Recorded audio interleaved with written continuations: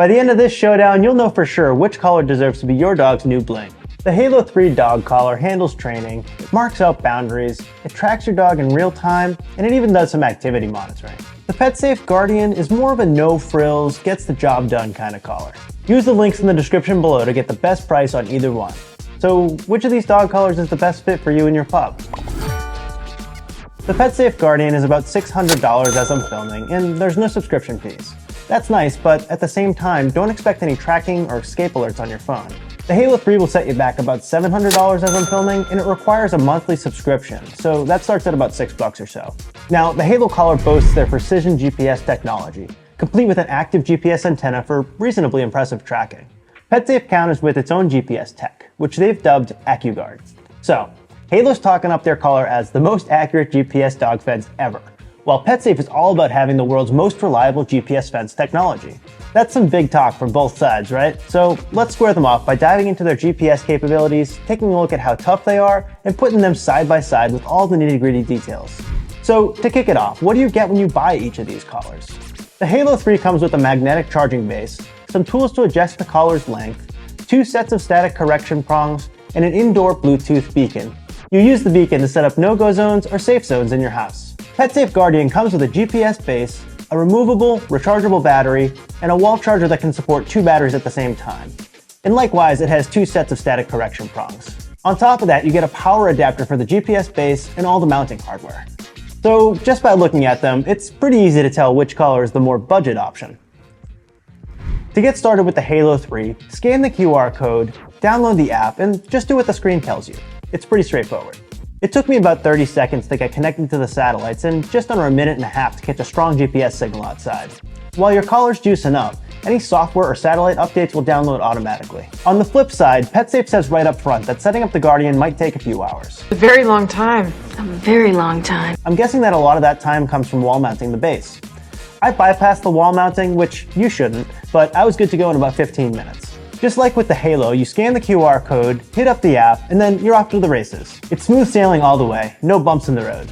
To set up fences with the Halo, you either get your finger busy on the app's map, or you walk the boundary and drop the virtual fence posts where you want them. I opted for the walking tour, which gives you more control and precision. It would be slick if fence posts auto-drop as you walk, but as of now they don't. And unless anyone's changed the rulebook, you're stuck with a maximum of 20 fence posts. It's not perfect, but it has some pretty good GPS accuracy.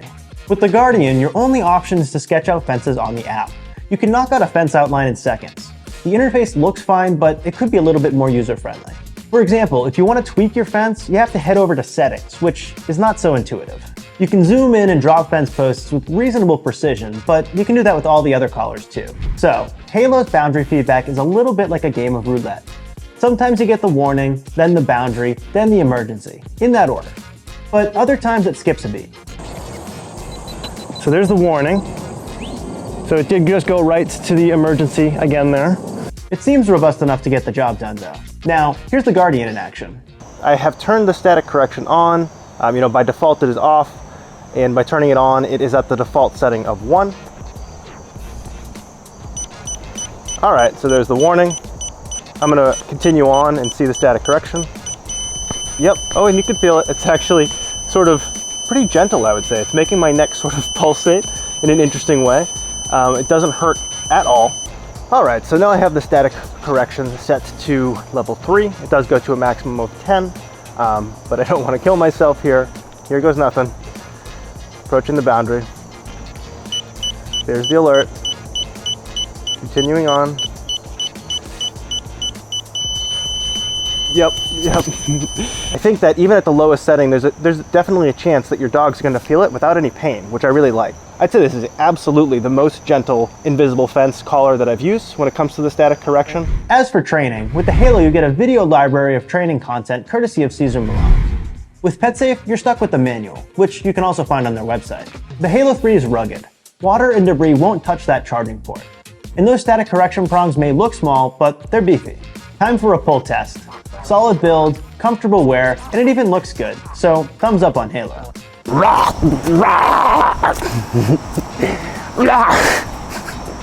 And as for PetSafe, that's really uncomfortable. Let's see if I turn that to the side. Okay, I'm trying here. Yeah, it's not so comfortable.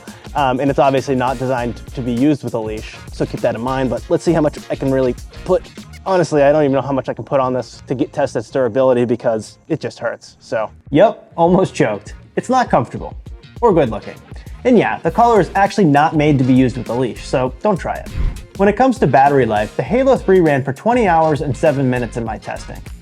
After an hour and a half of testing with the PetSafe Guardian, there were still 3 bars. There's no percentages here, just bars. And 4 days later, the Guardian still had some juice, but I'm sure heavy use would cut that short. I did full reviews on both the Halo 3 and the PetSafe Guardian right here in this channel. The links are below in the description. So here's the thing. If you want a simple GPS fence that does simple GPS fence things in a simple but reliable way, go for the PetSafe Guardian. The static correction is noticeably gentle, which I loved, but the collar definitely wasn't comfortable on my neck. Maybe a furrier friend would find it okay though. Also, there's no subscription hassle with the PetSafe. You buy it, you train your dog, and you move on with your life. Now, the Halo 3 is like the middle child. It fits right between the budget-conscious PetSafe Guardian and the high-rolling Spot On. Unlike both of those collars, this one does require a subscription. But if you want to keep tabs on your dog's daily escapades and you need real-time alerts and tracking, then the Halo 3 might be your jam. As always, for the best prices on either of these collars, use the links in the description below.